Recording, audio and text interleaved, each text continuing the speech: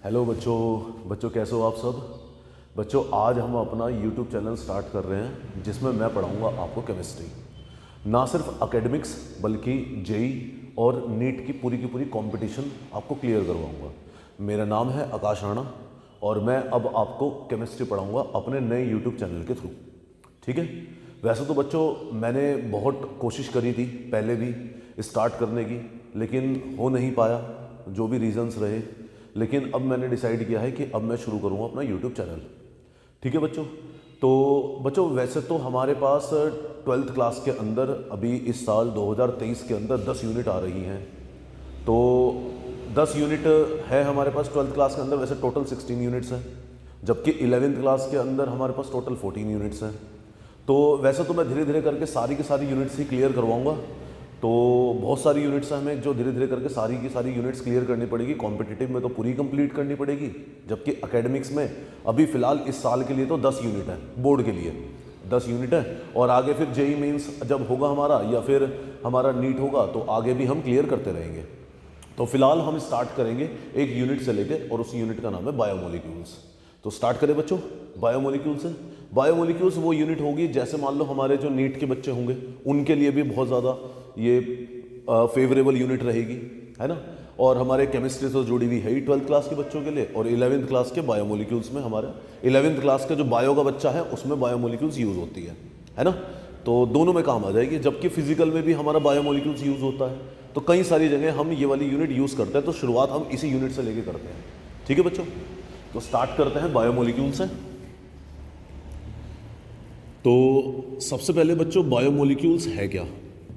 तो first of all what is biomolecule. Biomolecule है क्या बच्चों। हमारे शरीर को जिस चीज़ की ज़रूरत पड़ती है, एक ऐसा मॉलिक्यूल जो हमारी शरीर की ग्रोथ को बढ़ाता है, हमारी लाइफ को मेंटेन रखता है, उस मॉलिक्यूल्स को बोलते हैं, उन मॉलिक्यूल्स को बोला जाता है बायोमोलिक्यूल्स, है ना।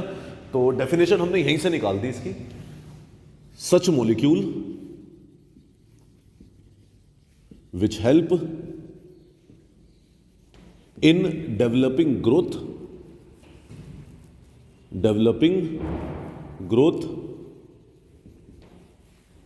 and maintenance of life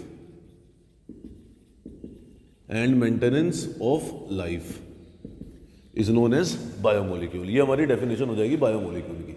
ठीक है नहीं। तो जो हमारी ग्रोथ को डेवलप करता है, जो हमारी लाइफ को मेंटेन करता है, उन मॉलिक्यूल्स को क्या बोलते हैं हम, बायोमोलिक्यूल्स बोलते हैं। एग्जाम्पल क्या हो जाएगा, एग्जाम्पल्स हो जाएंगे हमारे पास जैसे कार्बोहाइड्रेट हो गया, एग्जाम्पल कार्बोहाइड्रेट। ठीक है, एग्जाम्पल हमारा कार्बोहाइड्रेट हो गया। सेकंड एग्जाम्पल हो गया हमारे पास प्रोटीन। प्रोटीन भी एक बहुत इंपॉर्टेंट बायोमोलिक्यूल होता है ना।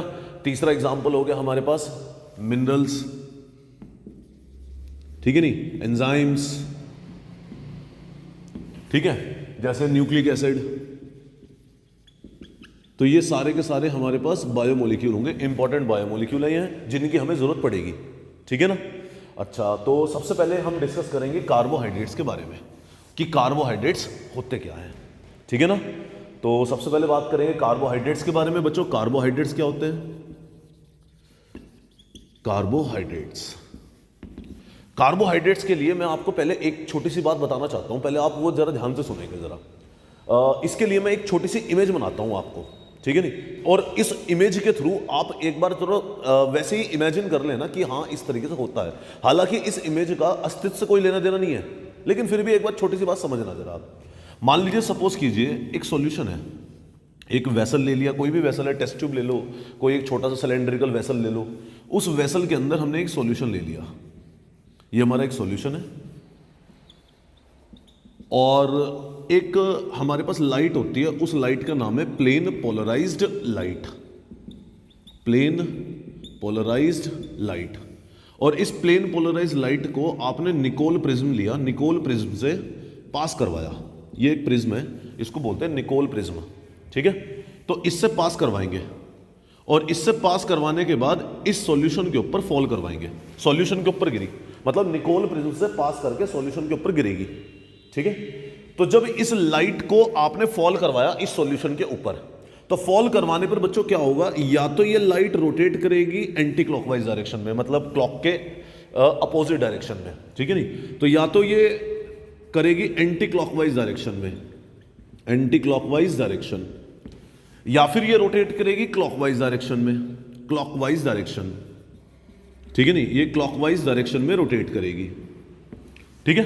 अगर ये लाइट रोटेट करती है एंटी क्लॉकवाइज डायरेक्शन में तो इसे बोला जाएगा D rotatory, sorry anti clock में L rotatory, L rotatory, L का मतलब होगा लाइवो, ठीक है, और क्लॉकवाइज में क्या होगा, डी रोटेटरी, क्लॉकवाइज में इसे बोला जाएगा डी रोटेटरी, ठीक है। डी का मतलब होता है डेक्स्ट्रो, डेक्स्ट्रो, ठीक है नहीं। या तो ये लाइट रोटेट करेगी क्लॉकवाइज डायरेक्शन में या फिर एंटी क्लॉकवाइज डायरेक्शन में। क्लॉकवाइज डायरेक्शन में नाम होगा डी रोटेटरी, डेक्स्ट्रो। डेक्स्ट्रो एक ग्रीक वर्ड है जिसका इंग्लिश में मीनिंग होता है क्लॉकवाइज डायरेक्शन, मतलब ये ग्रीक वर्ड यूज किए गए हैं। हमारे केमिस्ट्री में जनरली अधिकतर वर्ड जो यूज किए जा रहे हैं वो ग्रीक में, लैटिन वर्ड यूज किए जाते हैं, है ना। तो जैसे डी है, डी का मतलब होता है डेक्स्ट्रो, डेक्स्ट्रो का इंग्लिश में मीनिंग क्या होता है, क्लॉकवाइज डायरेक्शन। एल है, एल का मतलब क्या होता है, लाइवो, लाइवो का इंग्लिश में मीनिंग क्या होता है, एंटी क्लॉकवाइज डायरेक्शन। अगर ये लाइट रोटेट करती है सॉल्यूशन के ऊपर फॉल करने पर, ठीक है नहीं, सॉल्यूशन के अंदर कैपेबिलिटी होती है लाइट को रोटेट करने की, सॉल्यूशन के अंदर कैपेबिलिटी है लाइट को रोटेट करने की। और अगर ये सॉल्यूशन, देखना जरा ध्यान देना, अगर ये सॉल्यूशन लाइट को रोटेट कर देता है तो इस सॉल्यूशन को, बच्चा सॉल्यूशन को बोला जाएगा, ये सॉल्यूशन कहलाएगा ऑप्टिकली एक्टिव सॉल्यूशन, ये हो जाएगा ऑप्टिकली एक्टिव सॉल्यूशन। और अगर ये सॉल्यूशन एबल नहीं है इस लाइट को रोटेट करवाने के लिए तो हम इसे ऑप्टिकली एक्टिव नहीं बोलेंगे, ठीक है नहीं। अगर ये देखो, ऐसे भी सॉल्यूशन होता है जो लाइट को रोटेट करवा देते हैं, ऐसे सॉल्यूशन भी होंगे जो लाइट को रोटेट नहीं करवाएंगे। हम तो उनकी बात कर रहे हैं जो लाइट को रोटेट करवाएंगे, और जो लाइट को रोटेट करवाते हैं या तो क्लॉकवाइज या एंटी क्लॉकवाइज, डिपेंड करता है सॉल्यूशन के ऊपर, ठीक है नहीं। तो अगर सॉल्यूशन कैपेबल है लाइट को रोटेट करवाने के लिए तो उन सॉल्यूशन को बोला जाएगा ऑप्टिकली एक्टिव सॉल्यूशन, ठीक है नहीं। और अगर लाइट को रोटेट ना करवा पाए, ठीक है नहीं, तो उन्हें ऑप्टिकली एक्टिव सॉल्यूशन नहीं बोला जाएगा। तो मतलब दो कैटेगरी होती है, एक ऑप्टिकली एक्टिव और एक होती है हमारे पास जो ऑप्टिकली एक्टिव नहीं है ना, नॉन ऑप्टिकली एक्टिव सॉल्यूशन, ठीक है। हम बात कर रहे हैं ऑप्टिकली एक्टिव जो लाइट को रोटेट कराता है, वो डिपेंड करता है क्लॉकवाइज में करा रहे हैं या एंटी क्लॉकवाइज में करा रहे हैं, ठीक है नहीं। तो वैसे तो इस इमेज का कोई अस्तित्व से कोई लेना देना नहीं है, लेकिन मैंने फिर भी एक छोटा सा इमेजिनेशन के बेसिस पे आपको बताया, क्लियर है ना। इसे मैं मिटा देता हूं, इसे आप फिलहाल नोट कर लेना, इसे बना लेना, एक रफली सा एक इमेजिन कर लेना कि हाँ इस तरीके से है, ठीक है। इसे मैं इरेज करने जा रहा हूं और मेन टॉपिक पे आते हैं। हमारा मेन टॉपिक है कार्बोहाइड्रेट्स। तो बेसिकली कार्बोहाइड्रेट्स हैं क्या बच्चों? बच्चों कार्बोहाइड्रेट्स हमारे पास सारे के सारे ऑप्टिकली एक्टिव सॉल्यूशन है, ऑप्टिकली एक्टिव सॉल्यूशन रहेंगे सारे के सारे, ठीक है नहीं। तो हमारे पास ये क्या है, carbohydrates are the optically active compounds. ये सारे के सारे ऑप्टिकली एक्टिव कंपाउंड्स होंगे, ठीक है नहीं, सब के सब ये हमारे ऑप्टिकली एक्टिव कंपाउंड्स है। अच्छा, इनके अंदर फंक्शनल ग्रुप होगा या तो एल्डिहाइड या होगा कीटोन। अगर इनके अंदर फंक्शनल ग्रुप होगा एल्डिहाइड तो इन्हें बोला जाएगा एल्डोस, और अगर कीटोन होगा तो इन्हें बोला जाएगा कीटोज, या फिर ये एक ऐसे कंपाउंड है जो एल्डिहाइड या कीटोन से मिलके बने हुए हैं, ठीक है नहीं। तो देखो जरा ध्यान देना, optically active compounds which consist of या विच आर ईदर एल्डोस, या तो aldose, which are either aldose और कीटोज, और the compounds made up of aldose और कीटोज, ठीक है नहीं। या तो ये एल्डोस होंगे या कीटोज होंगे। अगर एल्डिहाइड फंक्शनल ग्रुप होता है तो उसे एल्डोस बोला जाता है, और अगर कीटोन फंक्शनल ग्रुप होगा तो उसे कीटोज बोला जाएगा। या फिर ये वो कंपाउंड है जो एल्डोस या कीटोज से मिलके बने हुए हैं, मतलब उनके हेल्प से बने हुए हैं, ठीक है नहीं। अच्छा, इनका एक जनरल फॉर्मूला होता है, it consist of general formula. इनका जो जनरल फॉर्मूला होता है वो होता है CxH2O होल y, जिसमें x और y क्या होंगे, where x and y are any whole number, कोई से भी होल नंबर हुए, X and Y are any whole number, कोई सा भी होल नंबर हो सकता है। जैसे एग्जाम्पल के बेसिस पे मैंने ले लिया ग्लूकोज, ध्यान देना जरा, अगर मैं ग्लूकोज ले लेता हूं एग्जाम्पल के बेसिस पे तो इसका फॉर्मूला होता है C6H12O6। जरा चेक करते हैं कि ये वाला फॉर्मूला एक्वायर करता है नहीं करता है, चेक करें तो देखना जरा, ध्यान देना। अगर मैं C6H12O6 में से कुछ कॉमन निकाल सकता हूं तो देखना H2O में से होल 6 कॉमन निकल जाएगा। देखो H2O में से होल 6 कॉमन निकल गया, 6 इसमें से निकल गया, 6 इसमें से निकल गया, H2O1 रह गया, C6H2O होल 6। x और y क्या हो गया, x भी 6 हो गया और y क्या हो गया, y भी 6 हो गया। चेक करो CXH2O होल y, x भी 6 और y भी 6। क्लियर है ना, मजा आ रहा है ना।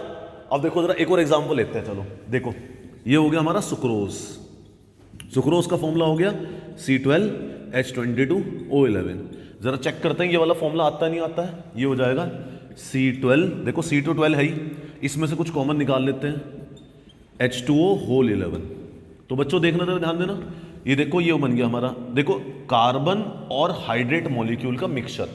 कार्बन क्या है, ये X की वैल्यू 12 हो गई और हाइड्रेट मॉलिक्यूल कितने, 11, ठीक है नहीं। तो हमारे पास ये क्या हो गया, CXH2O होल y, X जिसमें कोई ना कोई आपके पास एक टर्म होगी और Y भी क्या होगी, आपके पास कोई ना कोई एक टर्म होगी। सबसे पहले तो आप ये देखो बच्चों, वर्ड क्या है, कार्बोहाइड्रेट है, नाम से देख लो, कार्बो और हाइड्रेट, हाइड्रेट का मतलब होता है वाटर मॉलिक्यूल, है ना। कार्बन और हाइड्रेट मॉलिक्यूल वाटर मॉलिक्यूल का कॉम्बिनेशन है ना, ये कॉम्बिनेशन है कार्बन और हाइड्रेट वाटर मॉलिक्यूल का कॉम्बिनेशन। और ये याद रखना, ऑप्टिकली एक्टिव कंपाउंड्स होंगे, या तो एल्डिहाइड फंक्शनल ग्रुप होगा या कीटोन फंक्शनल ग्रुप होगा। एल्डिहाइड वालों को बोला जाएगा एल्डोस और कीटोन वालों को क्या बोला जाएगा, कीटोस, या फिर ये उनसे बनने वाले कंपाउंड होंगे, ठीक है नहीं। अच्छा, जनरल फॉर्मूला यही रहेगा इनका, CXH2O होल y, ठीक है नहीं, जिसमें x और y कोई भी एक होल नंबर हो सकते हैं, ठीक है नहीं। जैसे मैंने एग्जांपल लिया ग्लूकोज का, है ना, C6H12O6, सुक्रोज का C12H22O11। x और y हमने देख लिया, देखो इसके अंदर C6H12O6 के अंदर x की वैल्यू क्या है, 6 है और y की वैल्यू क्या है, 6 है। ये सुक्रोज के अंदर x की वैल्यू कितनी है, 12 है, y की वैल्यू कितनी है, 11 है। आ रहा है ना समझ में, मजा आ रहा है ना।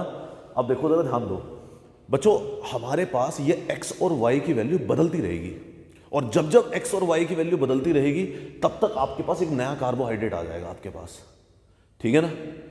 अच्छा बच्चों, यहां तक आप अपना नोट्स बनाते रहो, साथ साथ बनाते रहो नोट्स अपने, ठीक है नहीं। हम आगे भी कंटिन्यू करते रहेंगे लेकिन साथ साथ नोट्स बनाते रहो, ठीक है।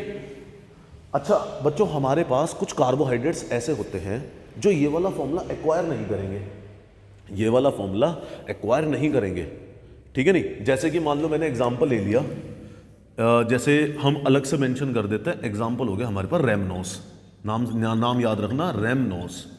रेमनोस का जो मॉलिक्यूलर फॉर्मूला होता है वो होता है C6H12O5।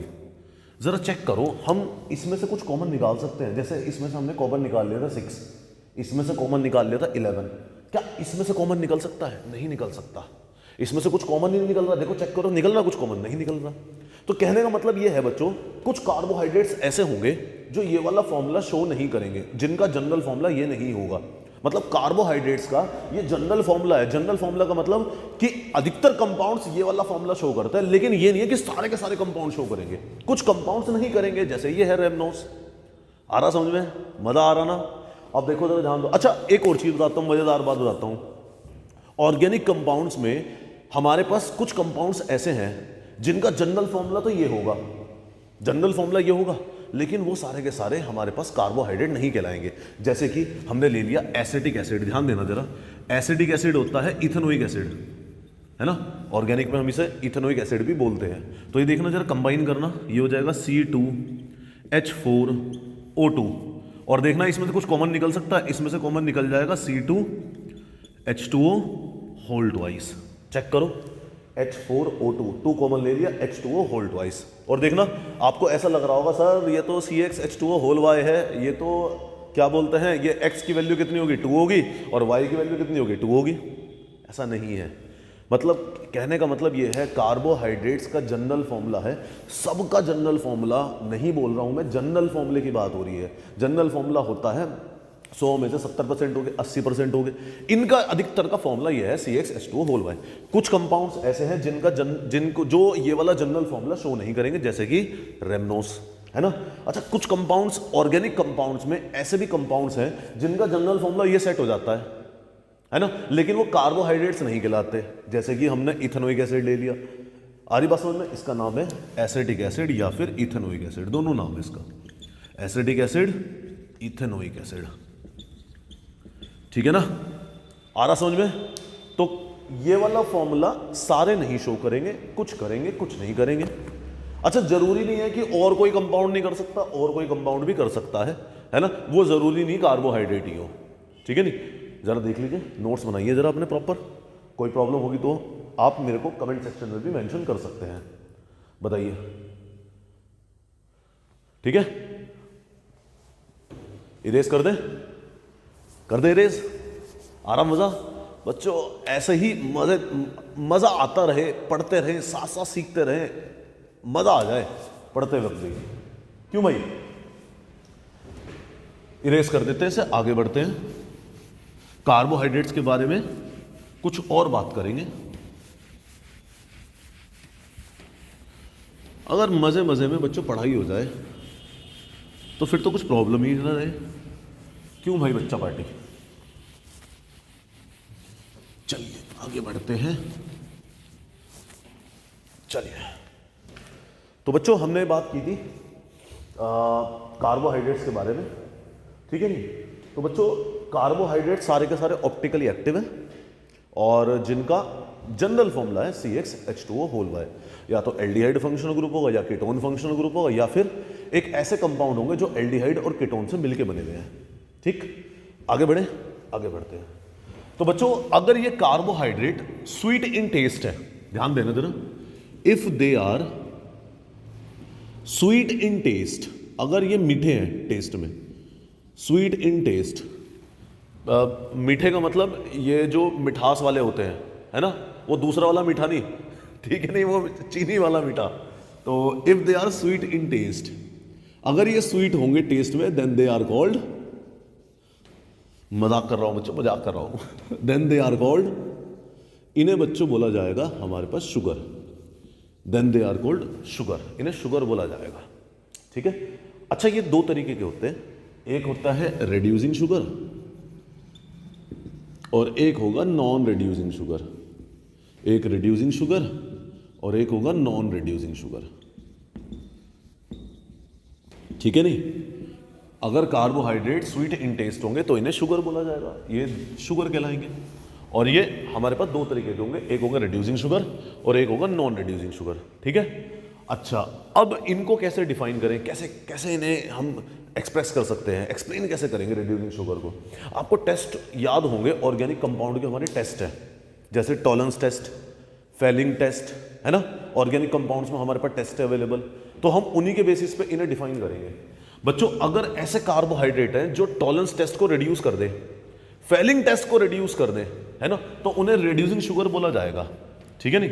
तो ये हो जाएगा if it reduce Tollens test, अगर ये टॉलरेंस टेस्ट को रिड्यूस करे, एंड फेलिंग टेस्ट को रिड्यूस कर दे। ये हमारे पास ऑर्गेनिक कंपाउंड में दोनों टेस्ट हैं। आपको याद हो कि टॉलरेंस टेस्ट हमारा कैसे शो होता है। टॉलरेंस टेस्ट हमारे पास शो होता है जब हमारे पास टेस्ट ट्यूब के बेस में क्या आ जाता है, सिल्वर कलर के मिरर दिखने शुरू हो जाते हैं।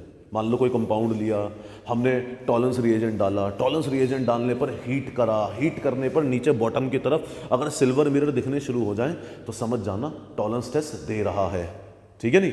और फेलिंग टेस्ट है हमारा। फेलिंग टेस्ट में क्या होता है, हमने कोई कंपाउंड लिया, हमने उसके ऊपर फेलिंग सॉल्यूशन ए, फेलिंग सॉल्यूशन बी, दो हमारे पास रिएजेंट होते हैं, फेलिंग सॉल्यूशन ए, फेलिंग सॉल्यूशन बी, दोनों का 50-50% अमाउंट लिया, 50% ए, 50% बी, दोनों को कंबाइन करा, और कंबाइन करने के बाद क्या करा, हमने सॉल्यूशन के ऊपर डाला। अगर रेड ब्राउन कलर के प्रेसिपिटेट दिखने शुरू हो जाए तो समझ जाना फेलिंग सॉल्यूशन रिड्यूस करता है, ठीक है नहीं। तो हमारे पास अगर ये टॉलरेंस टेस्ट दे या फिर फेलिंग टेस्ट दे, दोनों दे, ठीक है नहीं, तो हम उसे बोलेंगे रिड्यूसिंग शुगर, ठीक है। They are called reducing sugar, reducing sugar बोला जाएगा। बच्चों साथ साथ नोट्स बनाते रहेंगे, ठीक है नहीं। और देखते रहेंगे, जब क्लियर करते रहेंगे, एक एक पॉइंट क्लियर करेंगे हम आपका, ठीक है नहीं। आपको हमारे चैनल से कहीं और जाने की जरूरत नहीं पड़ेगी, आपको एक एक पॉइंट क्लियर होगा, ठीक है नहीं। और आपके एकेडमिक्स के नहीं, कॉम्पिटिटिव के सारे पार्ट हम क्लियर करेंगे, ठीक है नहीं। ध्यान देना जरा आप बात पे। अगर ये टॉलरेंस टेस्ट को रिड्यूस करें और फेलिंग टेस्ट को रिड्यूस करें तो इन्हें क्या बोला जाएगा, रिड्यूसिंग शुगर बोला जाएगा, ठीक है। अच्छा, एग्जाम्पल कौन कौन से हो जाएंगे, एग्जाम्पल हो जाएगा हमारे पास ग्लूकोज हो गया, फ्रुक्टोस हो गया, ठीक है नहीं। एग्जाम्पल ग्लूकोज, फ्रुक्टोस, माल्टोस, ठीक है नहीं, ऐसे ये सारे के सारे हमारे एग्जाम्पल हो जाएंगे। क्लियर है ना, आसान लग रहा है ना। अच्छा, अगर ये टॉलरेंस टेस्ट और फेलिंग टेस्ट को रिड्यूस ना करे, अगर ये टेस्ट रिड्यूस ना करे, सिल्वर कलर के मिरर ना दिखे, रेड ब्राउन पीपीटी ना फॉर्म हो, तो इन्हें बोला जाएगा नॉन रिड्यूसिंग शुगर, ठीक है नहीं। If does not reduce Tollens test nor Fehling test, ठीक है नहीं, ना तो टॉलरेंस टेस्ट रिड्यूस करें ना फेलिंग टेस्ट रिड्यूस करें, ठीक है नहीं, इन्हें बोला जाएगा non reducing sugar. It is known as non reducing sugar. ये नॉन रिड्यूसिंग शुगर कहलाएगा। एग्जाम्पल क्या हो गया हमारा, सुक्रोज, एग्जाम्पल सुक्रोज, एक्सेट्रा, ठीक है, ठीक है ना बच्चों। अच्छा, याद रखना कार्बोहाइड्रेट का एक और भी नाम होता है ना। हमने बोला ना कि अधिकतर वर्ड हम ग्रीक के यूज करते हैं, तो उसी तरीके से कार्बोहाइड्रेट को सैकराइड भी बोला जाता है ना। They are also called saccharides, इन्हें सैकराइड भी बोले जाएगा, ठीक है नहीं। तो कार्बोहाइड्रेट्स को हम सैकराइड बोलेंगे, नोट लगा के पॉइंट लिख देंगे। Carbohydrates are also known as saccharides, इन्हें सैकराइड्स भी बोला जाएगा। ग्रीक का वर्ड है बच्चों सैकराइड्स, जो सैकरॉन से बना है। सैकरॉन एक हमारा कंपाउंड होता है, मतलब सैकरॉन ही हमारा एक ग्रीक वर्ड है जिससे हमने सैकराइड बनाया, ठीक है नहीं, सैकराइड, ठीक है नहीं। तो हमारे पास कार्बोहाइड्रेट्स क्या कहलाएंगे, सैकराइड्स भी बोलते हैं, सैकराइड्स भी इनका नाम है, ठीक है, RIDES। क्लियर है ना। चलिए बच्चों, हम बात कर रहे हैं कार्बोहाइड्रेट्स के बारे में। कार्बोहाइड्रेट्स का कंप्लीट डिस्क्रिप्शन दूंगा मैं आपको, और उस डिस्क्रिप्शन में हम वो पॉइंट भी क्लियर करेंगे जो आपने कहीं सुने भी नहीं होंगे। ऐसे ऐसे पॉइंट हम क्लियर करेंगे हम आपके, ठीक है नहीं। और अच्छा, आपको मैं एक और बात बता दूं, अगर आप 2023 का बोर्ड का एग्जाम दे रहे हैं तो आपको जो मैं अपने लेक्चर में करवाने वाला हूं, आपको बायोमोलिक्यूल, जैसे बायोमोलिक्यूल करेंगे, बायोमोलिक्यूल के बाद कोई और यूनिट करेंगे, तो हम बोर्ड तक जितने भी यूनिट प्रिपेयर कर लें अब तक, मतलब मैं डेली बेसिस पे कुछ ना कुछ आपको प्रोवाइड करता रहूँगा, जितने भी यूनिट प्रिपेयर हो जाए हमारे पास। हालांकि हमारे पास 8-9 जनवरी है, टाइम कम है ना। तो 9 जनवरी से लेकर 28 फरवरी में हमारा केमिस्ट्री का बोर्ड का एग्जाम है। तो जितने भी यूनिट प्रिपेयर हो, मैं कोशिश करूँगा कि पूरी सारी के सारी यूनिट हो जाए, है ना। कोशिश यही रहेगी सारी की सारी यूनिट हो जाए एक एक लेक्चर के थ्रू, ठीक है नहीं। लेकिन अधिकतर मैं ये वाली बात करता हूं कि जितने भी यूनिट हो जाए हमारे पास, आपको इन यूनिट में कहीं और से कुछ करने की जरूरत नहीं है। जो मैंने यहां पर आपको लेक्चर में करा दिया वही आपके लिए, आपको बोर्ड में आने वाला है, इसकी मैं गारंटी देता हूं आपको कहीं और जाने की जरूरत नहीं है, ठीक है नहीं। तो आगे बढ़े। कार्बोहाइड्रेट्स क्या कहलाएंगे बच्चों, सैकराइड्स कहलाएंगे। अगर ये स्वीट इन टेस्ट होंगे, नहीं मतलब अगर स्वीट इन टेस्ट होंगे तो शुगर बोलेंगे, शुगर के बेसिस पे 2, और वैसे हम इसे क्या बोल सकते हैं, सैकराइड्स बोलते हैं, ठीक है नहीं। सैकराइड सैकरॉन से बना हुआ है। बढ़े आगे, चलो। एक आपने प्रोसेस सुना होगा, उसे बोलते हैं हाइड्रोलाइसिस। हाइड्रोलाइसिस में बच्चों होता क्या है कि आपने वाटर की मौजूदगी में, ध्यान से बात सुनना, वाटर की मौजूदगी में आपने थोड़ा सा एसिड डाला। एसिड डालने पर क्या होता है, एक कंपाउंड डिसोशिएट हो जाता है, ठीक है नहीं। एक कंपाउंड के आयंस वाटर के आयंस के साथ कंबाइन करते हैं और उसे बोलते हैं हम हाइड्रोलाइसिस। तो बिल्कुल सेम, अगर कार्बोहाइड्रेट्स के आयंस वाटर के आयंस के साथ कंबाइन हो जाएं और कंबाइन होने पर आपके पास एक नए प्रोडक्ट फॉर्म हो, तो हम वो जो नए प्रोडक्ट होंगे, हम जैसे मान लो सपोज करो जो कार्बोहाइड्रेट बना हुआ है, जिस यूनिट से मिलके बना हुआ है, उस अगर हाइड्रोलाइसिस कराएं तो वो छोटी छोटी यूनिट डिवाइड हो जाएंगे कई सारे पार्ट में, ठीक है नहीं। एक बड़ी यूनिट छोटी छोटी यूनिट में डिवाइड हो जाएंगी, ठीक है नहीं। तो अब सवाल ये उठता है, अगर हम एक कंपाउंड का हाइड्रोलाइसिस कराएं, ध्यान से बात सुनना, एक कंपाउंड का अगर हम हाइड्रोलाइसिस कराएं, हाइड्रोलाइसिस करवाने पर कितनी यूनिट बनती है हमारे पास, ठीक है नहीं, एक कंपाउंड का हाइड्रोलाइज करा है, कितनी यूनिट बनाएगा वो आगे जाके, कितनी यूनिट में टूटेगा, है ना, या फिर आगे कंपाउंड बनाएगा, तो उनके बेसिस पे हम बात कर रहे हैं। ठीक है नहीं, तो वैसे मैं एक और वीडियो बनाऊंगा आगे जाके, हाइड्रोलाइसिस के बेसिस पे बात करेंगे हम, पूरा हाइड्रोलाइसिस के बारे में डिस्क्रिप्शन दूंगा मैं उसके अंदर आपको। ठीक है, फिलहाल हम कार्बोहाइड्रेट से रिलेटेड बात कर रहे हैं, तो ध्यान देंगे जरा। तो on the basis of hydrolysis, अगर हाइड्रोलाइसिस के बेसिस पे बात करें, on the basis of hydrolysis, ठीक है नहीं, हाइड्रोलाइसिस के बेसिस पे कार्बोहाइड्रेट्स हमारा कुछ कंपोनेंट में डिवाइड है। पहला हो जाएगा हमारा मोनोसेक्राइड्स, मोनोसेक्राइड्स। हाइड्रोलाइसिस के बेसिस पे कार्बोहाइड्रेट्स हमारे पास कुछ डिवाइड है कुछ ग्रुप्स में, पहली क्लासिफिकेशन है हमारे पास मोनोसेक्राइड्स। मोनोसेक्राइड्स क्या होता है, ध्यान देंगे जरा। अगर हमारे पास कार्बोहाइड्रेट हाइड्रोलाइज हो जाए, मतलब इलेक्ट्रिसिटी की मौजूदगी में वाटर के आयंस के साथ कंबाइन हो रहा है, आपके पास कंपाउंड, जो भी आपने कंपाउंड लिया, कार्बोहाइड्रेट लिया, अगर वो रिएक्ट हो रहा है और रिएक्ट होने के बाद एक यूनिट बनाए, आगे जाके एक यूनिट की फॉर्मेशन हो, ठीक है नहीं, तो मतलब एक ही कंपाउंड कंबाइन हो रहा और आगे जाके भी एक ही कंपाउंड बने, तो अगर एक यूनिट ऑफ कंपाउंड फॉर्मेशन हो रही है तो उसे बोलेंगे हम, उस कार्बोहाइड्रेट को बोला जाएगा जो लिया गया है, उसे मोनोसेक्राइड बोला जाएगा। ठीक है नहीं, उसे क्या बोलेंगे, मोनोसेक्राइड बोलेंगे। अच्छा, दूसरी बात ध्यान देना जरा बात पे, कि ऐसे भी कार्बोहाइड्रेट होते हैं जो हाइड्रोलाइज होंगे ही नहीं। अच्छा, जो हाइड्रोलाइज होंगे ही नहीं तो वो क्या बच जाएगा, वो एक यूनिट, वो जो आपने पहले ली है वही बच जाएगा आपके पास। ठीक है नहीं, जो आपने ले रखी है पहले यूनिट वही रह जाएगी आपके पास आगे भी। तो या तो हाइड्रोलाइज हो, हाइड्रोलाइज होने के बाद एक ही यूनिट फॉर्म करे, या फिर हाइड्रोलाइज हो ही ना, वो जो कि तू रह जाएगी। तो ऐसे तरीके के जो हमारे पास कार्बोहाइड्रेट्स होंगे तो उन्हें बोला जाएगा मोनोसेक्राइड्स। ठीक है नहीं, तो which does not undergoes into the hydrolysis, या तो जो हाइड्रोलाइज ना हो, या फिर क्या बोल सकते हैं, और अंडरगोज हाइड्रोलाइसिस, हाइड्रोलाइसिस में जाएं, form one unit of compound, एक यूनिट ऑफ कंपाउंड फॉर्म करे, उन्हें क्या बोलेंगे, मोनोसेक्राइड बोलेंगे। एग्जाम्पल क्या हो जाएगा बच्चों, एग्जाम्पल हो गया ग्लूकोज, फ्रुक्टोज, एक्सेट्रा। ठीक है नहीं, एग्जाम्पल क्या हो गया, ग्लूकोज, फ्रुक्टोज, है ना, जो एक या तो हाइड्रोलाइज हो या ना हो, हाइड्रोलाइज हो तो एक यूनिट फॉर्म करे आगे जाके, तो उन्हें क्या बोलेंगे, मोनोसेक्राइड्स बोलेंगे। बताओ बच्चों, आ रहा समझ में, मजा आ रहा बच्चों? पूरा चैप्टर ऐसे मजा दिला के हम याद दिला देंगे आपको, पूरा का पूरा चैप्टर। आप ये भी देख लेना, बोर्ड के अंदर जो क्वेश्चन आएगा ना वो यहीं से मिलेगा आपको, लिख लेना मेरे से। और ये देख लेना, इस बार नीट के पेपर में जो आपको क्वेश्चन आने वाला है वो भी यहीं से आएगा, पिछले साल के क्वेश्चन उतारना, हम वो भी डिस्कस करेंगे, हम एक एक करके वो भी डिस्कस करेंगे।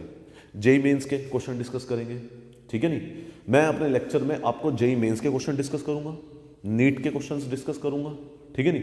आपकी कॉम्पिटिटिव के जितने भी सारे के सारे क्वेश्चंस हैं हम यहीं डिस्कस करेंगे, आपको कहीं और जाने की जरूरत नहीं होगी, ठीक है ना बच्चों।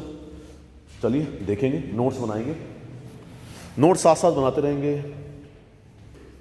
कर दे रेज, पॉज कर लीजिए वीडियो पॉज करने के बाद आप नोट्स बनाइए, ठीक है। पॉज कर लीजिएगा, इरेज कर देते हैं, आगे बढ़ते हैं। हमने बात करी है हाइड्रोलाइसिस के बेसिस पे। हाइड्रोलाइसिस के बेसिस पे हमारे पास कार्बोहाइड्रेट्स कितने तरीके के, पहला तरीका है मोनोसेक्राइड्स, या तो जो हाइड्रोलाइसिस हो या फिर ना हो, अगर हो तो एक यूनिट मोनोसेक्राइड की फॉर्म हो जाए, एक यूनिट मोनोसेक्राइड की फॉर्म हो, ठीक है नहीं। सेकंड कैटेगरी हो जाएगी हमारे पास ओलिगोसेक्राइड, ध्यान देना जरा, ओलिगोसेक्राइड। तो बच्चों ऐसे कार्बोहाइड्रेट जो हाइड्रोलाइसिस हो और हाइड्रोलाइसिस होने पर 2 से लेकर 10 तक की मोनोसेक्राइड यूनिट फॉर्म कर दे। मतलब एक कार्बोहाइड्रेट हाइड्रोलाइसिस करवाया, हाइड्रोलाइसिस करने पर या तो 2 हो या 3 हो या 4 हो या 5 हो, 6, 7, 8, 9, 10 तक की छोटी छोटी यूनिट प्रोड्यूस कर दे, तो वो सारे के सारे हमारे पास किसके अंदर आ जाएंगे, ओलिगोसेक्राइड के अंदर आ जाएंगे, ठीक है नहीं। तो ये हो जाएगा विच अंडरगोज into the hydrolysis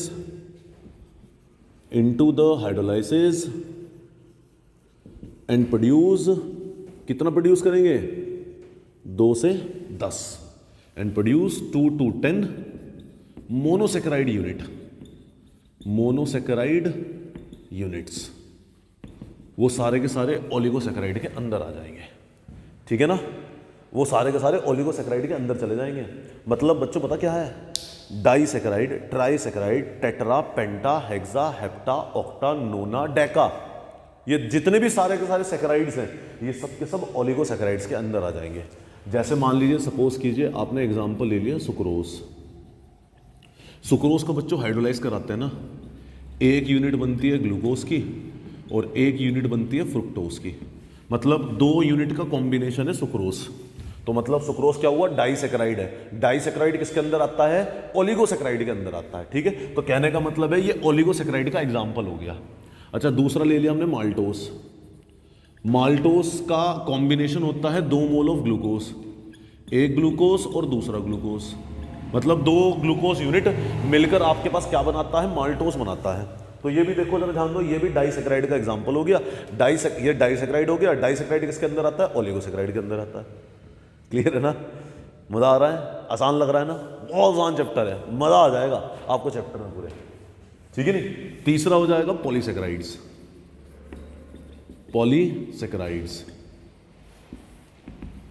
तो बच्चों जो कार्बोहाइड्रेट हाइड्रोलाइज होने पर 10 से ऊपर की मोनोसेकेराइड यूनिट फॉर्म करे, मतलब हाइड्रोलाइज हो और 10 से ऊपर, मतलब 11, 12, 13, 100 कर दे, 200 कर दे, 500 कर दे, कोई फर्क नहीं पड़ता, 10 से ऊपर होने चाहिए, ठीक है नहीं।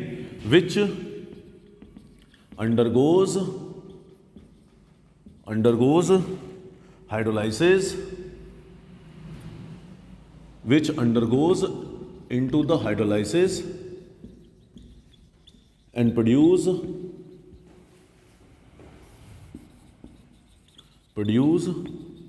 more than 10 मोनोसेकेराइड यूनिट्स, 10 से ज्यादा मोनोसेकेराइड यूनिट्स फॉर्म कर दे, वो सारे के सारे किसके अंदर आ जाएंगे, पॉलीसेकेराइड्स के अंदर आ जाएंगे, ठीक है।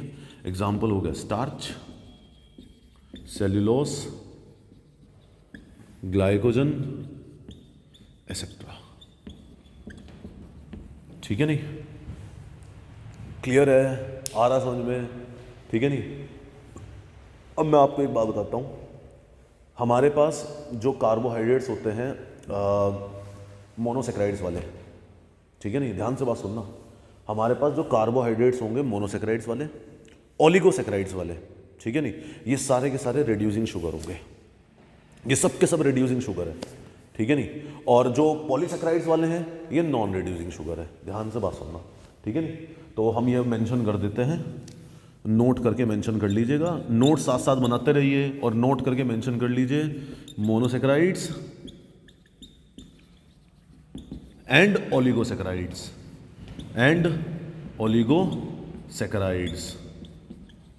आर रिड्यूसिंग शुगर, ठीक है नहीं, ये रिड्यूसिंग शुगर होंगे। और जितने भी सारे के सारे पॉलीसेकेराइड्स हैं, पॉलीसेकेराइड्स क्या होंगे, and polysaccharides are non reducing sugar, जितने भी पॉलीसेकेराइड्स होंगे वो सब होंगे नॉन रिड्यूसिंग शुगर, ठीक है। क्लियर है ना, अच्छा लग रहा, आया समझ में पूरा प्रॉपर। देखो बिना किसी डिफिकल्टी के अगर कोई चीज समझ में आ जाए, इससे ज्यादा मजेदार कुछ बात नहीं हो सकती। क्यों भाई बच्चों, कोई डिफिकल्टी नहीं है, बड़ा आसान सा चैप्टर है, बड़ा सरल सा चैप्टर है। और बच्चों 9 नंबर का आ रहा है इस बार 2023 में बोर्ड एग्जाम में, 9 नंबर का, 9 मार्क्स का, ठीक है नहीं। और इसकी गारंटी दूंगा 9 मार्क्स का जो आपका बोर्ड में आने वाला है वो पूरा का पूरा हमारे लेक्चर में से होगा 100%, ठीक है नहीं। तो पहला मोनोसेकेराइड, दूसरा ओलिगोसेकेराइड, तीसरा पॉलीसेकेराइड। मोनोसेकेराइड या तो हाइड्रोलाइसिस होने पर एक यूनिट प्रोड्यूस करें, या फिर हाइड्रोलाइज हो ही ना। ओलिगोसेकेराइड 2 से लेकर 10 तक की मोनोसेकेराइड यूनिट फॉर्म कर दे। पॉलीसेकेराइड 10 से ऊपर की मोनोसेकेराइड यूनिट फॉर्म करे, वो सारे के सारे किसके अंदर आ जाएंगे, पॉलीसेकेराइड के अंदर आ जाएंगे, ठीक है। क्लियर है, नोट्स बनाते रहें, साथ साथ आगे बढ़ते हैं। ग्लूकोज के बारे में बात करेंगे। ग्लूकोज, पहले मोनोसेक्राइड्स के बारे में बात करते हैं। मोनोसेक्राइड्स में कौन आएगा? ग्लूकोज आएगा, फ्रुक्टोज आएगा, ठीक है नहीं? बताइए बच्चों, आ रहा समझ में? मज़ा आ रहा है? चलिए देखेंगे पहला मोनोसेक्राइड्स, हम धीरे धीरे सारे डिस्कस करेंगे। मोनोसेक्राइड्स में हमारे पास आ गया पहला, कौन है? ग्लूकोज। तो आपको पता है, जो अभी स्टार्टिंग में डिस्कस करा था, लेक्चर के स्टार्टिंग में डिस्कस किया था, ऐसे कंपाउंड्स जो लाइट को रोटेट करते हैं या तो क्लॉकवाइज डायरेक्शन में या एंटी क्लॉकवाइज डायरेक्शन में, वो ऑप्टिकली एक्टिव कंपाउंड्स होंगे, है ना? और जो कंपाउंड्स क्लॉकवाइज डायरेक्शन में रोटेट करें वो डी रोटेटरी, डी का मतलब डेक्स्ट्रो, और जो एंटी क्लॉकवाइज डायरेक्शन में रोटेट करें वो एल रोटेटरी, एल का मतलब लाइवो। तो बच्चों ग्लूकोज कौन सा है? ये डेक्स्ट्रो रोटेटरी कंपाउंड है, डी रोटेटरी कंपाउंड है, ठीक है नहीं? तो ग्लूकोज क्या है? It is the dextro rotatory, ये डेक्स्ट्रो रोटेटरी कंपाउंड है, dextro rotatory compound, dextro rotatory compound है, ठीक है नहीं? जिसके अंदर एल्डिहाइड फंक्शनल ग्रुप होगा, और एल्डिहाइड फंक्शनल ग्रुप होगा तो एल्डोस बोला जाएगा। 6 कार्बन से मिलके बना हुआ है तो इसे बोलेंगे हेक्सा एल्डोस, हेक्सा एल्डोस बोला जाएगा इन्हें, ठीक है नहीं? तो it is the dextro rotatory compound which consist of hexa aldose functional group, hexa aldose functional group, hexa aldose functional group होगा, ठीक है ना? अच्छा ध्यान देना, इसके अंदर 5 हाइड्रोक्सी ग्रुप होते हैं and pentahydroxy group is also present. Pentahydroxy group इसके अंदर मौजूद होगा। याद रखना ये डी रोटेटरी वाले हैं जो क्लॉकवाइज डायरेक्शन में रोटेट करते हैं। 6 कार्बन का एल्डिहाइड ग्रुप है, 6 कार्बन होंगे इसके अंदर, और 5 पे होगा हाइड्रोक्सी ग्रुप और 6 पे होगा एल्डिहाइड। देखो शो करते हैं, 6 तो कार्बन है, 3 4 5 6, पहले वाला एल्डिहाइड CHO, लास्ट वाला अल्कोहल CH2OH। कॉन्फ़िगरेशन देख लेना जरा ध्यान से, कॉन्फ़िगरेशन ऐसे ही रहेंगी, कॉन्फ़िगरेशन चेंज नहीं होगी। ये पहला, दूसरा, तीसरा, चौथा, पांचवा और ये छठा, 6 कार्बन है। तो देखना दूसरे वाले कार्बन की कॉन्फ़िगरेशन HOH, कॉन्फ़िगरेशन ऐसे ही रहेंगी, कॉन्फ़िगरेशन चेंज नहीं होगी, ठीक है? पहला वाला एल्डिहाइड CHO, लास्ट वाला CH2OH, दूसरे वाले कार्बन की कॉन्फ़िगरेशन चेक करिए HOH, तीसरे वाले कार्बन की OH, चौथे वाले कार्बन की HOH, पांचवें वाले की HOH। बस सिर्फ तीसरे वाले कार्बन की कॉन्फ़िगरेशन उल्टी होगी, OH, बाकी सबकी कार्बन की कैसी है? HOH, HOH, HOH, ठीक है ना? ये हमारे पास ग्लूकोज का स्ट्रक्चर बन गया। ये हमारे पास ओपन स्ट्रक्चर है ग्लूकोज का, ठीक है नहीं? ये है ओपन स्ट्रक्चर ऑफ ग्लूकोज, ठीक है नहीं? क्लियर है? आ रहा है समझ में? बताओ बच्चों, आ रहा है समझ में? आ रहा है? अरे सर अब कैसे बताएं? कमेंट सेक्शन में जाना, बताना, कमेंट सेक्शन में जाके बताओ आ रहा है समझ में, नहीं आ रहा है, ठीक है नहीं? कमेंट्स कर देना कि सर मज़ा आ रहा है, ठीक है नहीं? अगर आ रहा है समझ में तो बात करेंगे। अच्छा गलती से सुक्रोज लिख दिया, फ्रुक्टोज लिखना था, ओहो। चलिए फ्रुक्टोज बात करेंगे, थोड़ा सा डिस्क्रिप्शन दे रहा हूँ, फिर नेक्स्ट लेक्चर में बात करेंगे फ्रुक्टोज के बारे में, ठीक है? जैसे ये डेक्स्ट्रो रोटेटरी है ना, ऐसे ही ये हमारे पास क्या है?